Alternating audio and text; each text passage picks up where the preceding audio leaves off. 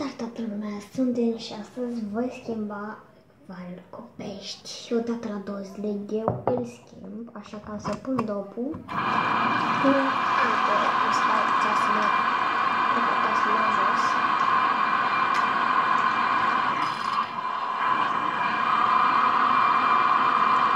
Ok, eu zic că ajunge apa.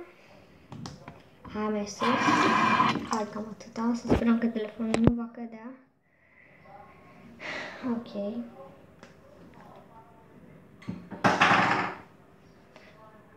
Eu trebuie să iau peștii în mână.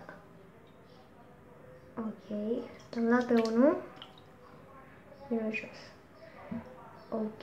Următorul va fi pe bebelușul.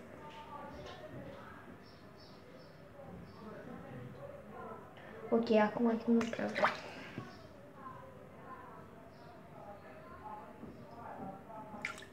Ok.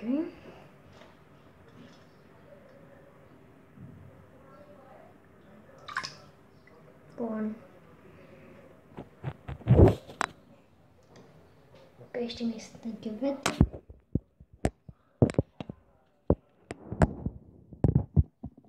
Și pregătirea. Ok. Asta este o scoică de la mare. Aici sunt jucăriile lor, coboară jos și apa trebuie să arunc în toaletă. Ok, dați ce tare bolul.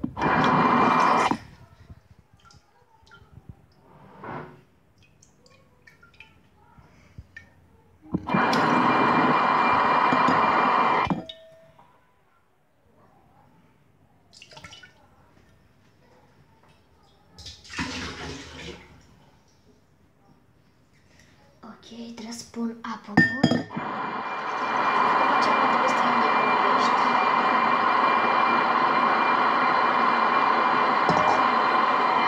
Deocamdată o să pun atâta. O să țin aici ca să vă arăt cam cum prind eu peștii. Ok, ăsta este unul.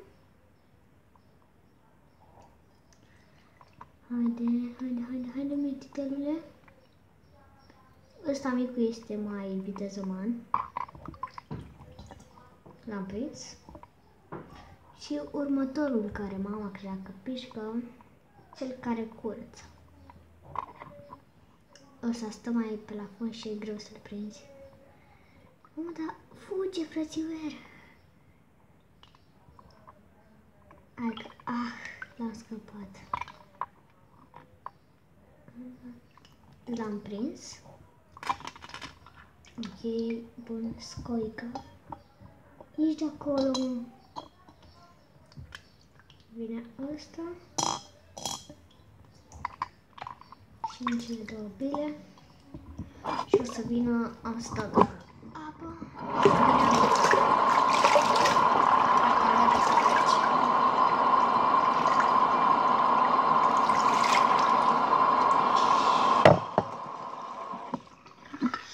Ok, și cam așa curăț eu apa, cam atât de astăzi. Sper că v-a plăcut, v-a ajutat să apăsați și pe butonul de like. Pa, pa!